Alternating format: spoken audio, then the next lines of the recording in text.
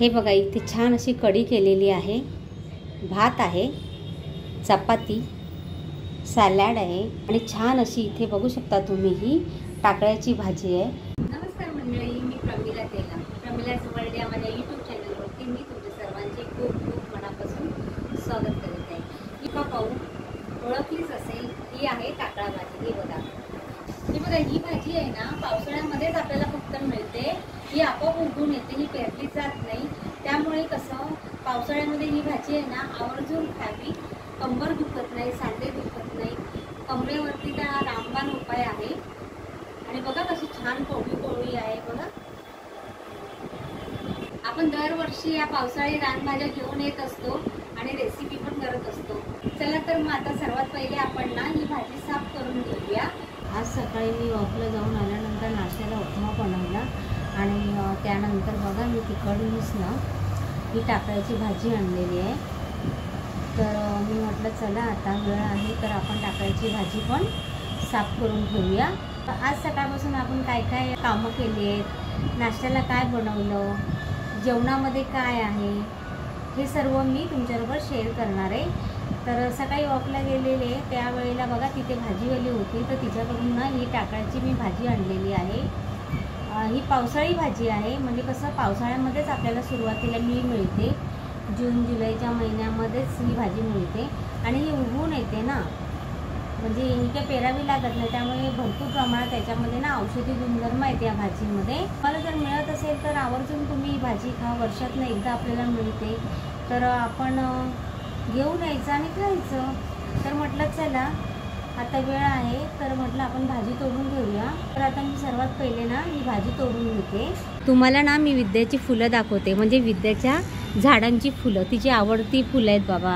हे बघा छान जुईची झाडं आहेत ना, हे बघा फुलं आली छान, येऊन गेले काही मध्ये मध्ये असे थोडे थोडे येतात आणि जातात। आणि आबोली म्हणजे विद्याची ना जीव की प्राण असतो विद्याचा। हे बघा आबोली पण छान एकदा फुलून गेले, आता ही दुसऱ्यांदा फुलली आहे। आणि गुलाब बघा, गुलाब पण छान असे फुलले आणि ती आता सुकायला पण आले। आणि हा गोकर्णाचा वेल आहे, तुम्हाला तर माहिती आहे बघा कसा वरती गेलाय तो वेल, मस्त दिसतंय ना। हे बघा मंत्री साहेब गेले, हायवे जरा आता थोडासा शांत झालाय, नाहीतर खूप ट्रॅफिक जमते, बघू शकता तुम्ही। विद्याची आवडती फुलं गुलाब, मला पण आवडतात। गुलाब फुलून सुकून गेलं आणि हे आपले जाई जुई, ही फुलं तर तुम्ही बघितलं कशी फुलली छान, हे बघा मस्त ना, हे बघा मस्त फुलले। आणि हा आपला गवती चहा, ही आपली तुळस, हे मनी प्लॅन्ट आणि हा बघा माठ, ह्याच्यामध्ये झाड लावायचं आहे, बघते आता जास्वंदी वगैरे घेऊन येते। आणि ही कुठली फुलांचं आहे ते काय नाव माहिती नाही मला, पण याला पण छान सफेद कलरची फुलं येतात। हे बघा कळ्या आलेले दिसतात ना, हे बघा कळ्या आल्यात, बारीक बारीक कळ्या आल्या, हे बघा है ना, कळ्या आल्यात, त्याला फुलं येतात सफेद कलरची। हे बघा याला येऊन गेले, हे बघा अशी फुलं येतात सफेद कलरची, छान आहेत ना। आणि हा आपला मनी प्लॅन्ट चाललाय वरती, हे बघा ते छान अशी आपण ना टाकळा भाजी साफ करून घेतलेली, तोडून घेतलेली आहे। हे बघा अशी पानं असतात, हे बघा फक्त आपण पानंच घेतलेली आहे, छान कवळी कवळी लुसलुशीत आहे। हे बघा आपले ना आता कांदे साफ करून झालेले आहेत, हे बघा सालं एवढी निघाली आहेत। आणि हे आहेत ना, हे सालं काढल्यानंतर ना हे बघा हे असं काळं काळं झालं आहे पावसामुळे, तर हे आपण ना पहिले वापरायचे कांदे, असे सडके नाही आहेत, पण ते कसं पावसामुळे कसं ते साल काढलं ना की आतमध्ये हे काळं काळं राहतं। आपण जेव्हा कांदा कापतो तेव्हा धुवून घ्यायचा नळाखाली, हात पण बघा कसे काळे काळे झाले दिसतात ना कांदे साफ करून। तर बघू शकता तुम्ही इथे हे कांदे आहेत ना, ह्याची वरची सालीन काढले आणि हे कांदे पहिले आपण वापरायचे आणि चांगले चांगले कांदे बघा या गोणीमध्ये काढले। तर आता आपण ना ही गोण अशी बांधून एका बाजूला कोपऱ्यात ठेवणार, परत 15 दिवसांनी किंवा महिन्यांनी परत आपण हे साफ करायचं आणि मग परत साफ केल्यावर हे असे काळे निघतील आणि नाहीतर मग हे बघा असे। आणि हे 2-3 कांदे आहेत ना, हे मग तुम्हाला दाखवते, हे जे आहेत ना, हे बघा हे ना, हे बघा हे असे खराब, हा बघा खराब निघाला ना कांदा, हे बरेच जर आपण याची साल काढली तर याच्या खाली कसे काळा काळा निघतं ना, हे बघा. मग हे असं ना आपण काळा नाही आहे, चांगलं आहे तसं. हा याच्यात टाकते हे बघा. तर एवढे कांदे आपण पहिले हे वापरायचे, तोपर्यंत हे गोणी बांधून ठेवायची साईडला. हे आपलं काम आहे आजचं. आणि हे बघा सालं बघा, अशी प्रत्येक वेळेला आपण गोण खाली केली ना की प्रत्येक वेळेला असे सालं निघतात आणि पूर्ण अशी घरभर पसरतात. हे बघा असे ना पूर्ण अशी घरभर पसरतात. आता हे सर्व साफ करावं लागेल झाडून. फॅन बंद करा, फॅन चालू आहे ना त्याच्यामुळे कसं ते सगळं खाली गेलं आता. तर पंखा बंद करून ते सगळं साफ करून घ्यावं लागेल. आणि हे पण आता एका टोपलीमध्ये वगैरे भरून ठेवायला लागते. बाय. बघा ही टाकळ्याची भाजी आहे, ही चांगली साफ करून स्वच्छ धुवून घेतलेली आहे 3 ते 4 पाण्याने. आणि आता पावसाचे दिवस आहेत ना, तर मीठ घालून ती धुवून घ्या. मी मीठ घालून भाजी छान अशी धुवून घेतलेली आहे. आणि एका प्लॅस्टिकच्या टोपलीमध्ये बघा निथळायला ठेवले. खाली टोप घेतला आहे, हे बघा खाली पाणी गळतं ना, अशी निथळायला ठेवलेलं आहे. तर आजच्या दुपारच्या जेवणाचा आपला टाकळ्याच्या भाजीचा बेत आहे. आणि आणखीन दुपारच्या जेवणात काय मी बनवलं आहे ते तुम्हाला दाखवते. हे बघा कढी आहे, कढी. दुपारच्या जेवणामध्ये कढी आणि टाकळ्याची भाजी, चपाती आणि भात. हे बघा कढी तर इथे झालेली आहे. कढीची रेसिपी मी अपलोड केलेली आहे माझ्या चॅनलवर, त्यामुळे मी आता काही कढीची रेसिपी दाखवलेली नाही आहे, डायरेक्ट झालेलीच दाखवलेली आहे तुम्हाला. तर आता आपण इथे ना, आज आपण दुपारच्या जेवणामध्ये टाकळ्याची भाजी करणार आहोत ना, तर त्यासाठी बघा इथे मी काय काय साहित्य घेतलेलं आहे. इथे टाकळ्याची भाजी घेतलेली आहे स्वच्छ धुवून. एक मोठा कांदा बारीक चिरून घेतलेला आहे. 3 हिरव्या मिरच्या घेतलेल्या आहेत. त्याबरोबर इथे 2 चमचे नारळाचं कीस घेतलेलं आहे खवून. 7 ते 8 लसणाच्या पाकळ्या चेचून घेतलेल्या आहेत. 1 चमचा शेंगदाण्याचा कूट घेतलेला आहे. हे बघा इथे ताजं नारळ खवून घेतलेलं आहे. त्या जोडीला हळद लागणार आहे आपल्याला थोडी, आणि थोडं फोडणीसाठी जिरं, मीठ आणि हे बघा तेल. चला तर आता आपण रेसिपीला सुरुवात करूया. पण त्याआधी चॅनलवर नवीन असतील त्यांनी चॅनलला सबस्क्राईब करायला विसरू नका. ही भाजी आहे ना, तुम्ही ना उकडून पण घेऊ शकता, पण मी भाजी उकडून घेणार नाही आहे, कारण उकडून घेतली की मग त्याच्यातले जीवनसत्व सगळे निघून जातात ना. पण तुम्हाला जर हवं असेल तर तुम्ही ही भाजी उकडून घ्या, पण एवढंच की जरा जास्त शिजवायची ही भाजी.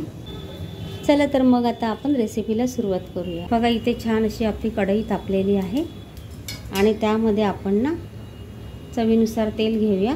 इथे 1 चमचा तेल घेतलेलं आहे. बघा इथे तेल तापलं का आपण बघूया. तेल तापलं, जिरं फुलायला लागलं म्हणजे इथे आपलं तेल तापलं. त्यामध्ये आता आपण इथे कांदा घालूया. लगेच त्यामध्ये हिरव्या मिरच्या घालून घेऊया, लसूण पण घालून घेऊया. छान असं आपण कांदा मिरची परतून घ्यायची.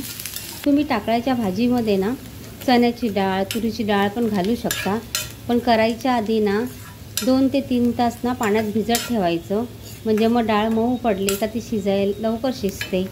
इथे आपण डाळीचा वापर नाही करणार आहोत, इथे आपण फक्त कांद्यावर करणार आहोत. कांदा बघा छान शिजलाय. थोडीशी आपण इथे ना हळद घालूया. भाजी घालणार आहोत.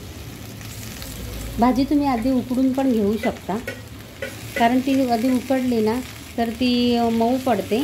पण कसं आहे ना, जास्त उकडलं तर कसं त्यातली जीवनसत्व निघून जातात ना, मग काय, म्हणून मग मी काय केलं, डायरेक्ट न उकडताच ही भाजी करायला घेतले. हवं तर आपण यामध्ये थोडंसं पाणी घालून शिजवून घेऊ शकतो. आता छान अशी ही भाजी आपण कांद्यामध्ये अशी परतून घेऊया. हे बघा इथे छान अशी भाजी कांद्यामध्ये परतून घेतलेली आहे. आता आपण इथे ना चवीनुसार मीठ घालूया. आता आपल्या भाजीचं प्रमाण किती आहे त्या अंदाजाने आपण इथे मिठाचं प्रमाण कमी जास्त करू शकतो. आता माझं कसं चमच्यापेक्षा ना मला हाताचा अंदाज जमतो, म्हणून मी हाताच्या साह्याने इथे मीठ घेतलेलं आहे, कारण भाजी पण आपली कमीच आहे नाही का. हे बघा आता मीठ त्याच्यात घातल्यानंतर आपण 2 मिनिट ना वाफ काढून घेऊया. हे बघा इथे ना आपण 2 मिनिट ना झाकण मारूया आणि त्यावरती ना थोडंसं हे बघा अशी पाव वाटी इथे मी पाणी घेतलेलं आहे गरम करायला. 2 मिनिटानंतर आपल्याला हेच पाणी भाजीत ओतायचं आहे. 2 मिनिट झालेले, पाणी पण गरम झाले. आता हे पाणी आपण भाजीमध्ये ओतूया. हे आता हे पाणी आपण या भाजीमध्ये ओतूया. म्हणजे कसं भाजी शिजायला पाहिजे जरा, कारण ती भाजी थोडी जाड असते ना. शेंगदाण्याचा कूट घालूया, खवलेलं नारळ. तर हे दोन्ही आपल्याकडे नसेल ना तरी चालतं, नुसती कांद्यावर पण भाजी छान होते. जर असेल आपल्या घरामध्ये अवेलेबल तर घालायचं, घातलं तर छान लागतं. पुन्हा आपण इथे ना हे पाणी सुकेपर्यंत, हे बघा पाणी सुकेपर्यंत ही भाजी शिजून घेऊया. तुम्ही ही पालेभाजी लोखंडी कढईमध्ये जर केली ना तर तिचा हिरवा कलर टिकून राहतो. आज मी लोखंडी कढईचा वापर नाही केलेला आहे, आज मी ह्या कढईमध्ये केलं आहे स्टीलच्या. तर तुम्हाला जर पालेभाज्या करायच्या असल्या तर तुम्ही लोखंडी कढईमध्ये करा, म्हणजे कसं भाज्यांचा रंग पण टिकून राहतो आणि आपल्याला लोह पण मिळतं नाही का, आयर्न मिळतं.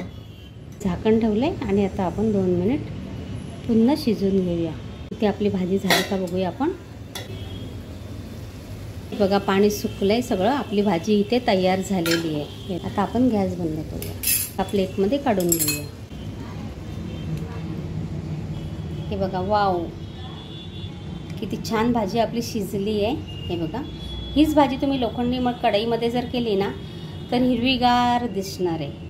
ही बघा इथे पाहू शकता तुम्ही, इथे आपली टाकळ्याची भाजी तयार झालेली आहे. व्हिडिओ आवडल्यास लाईक करायला विसरू नका.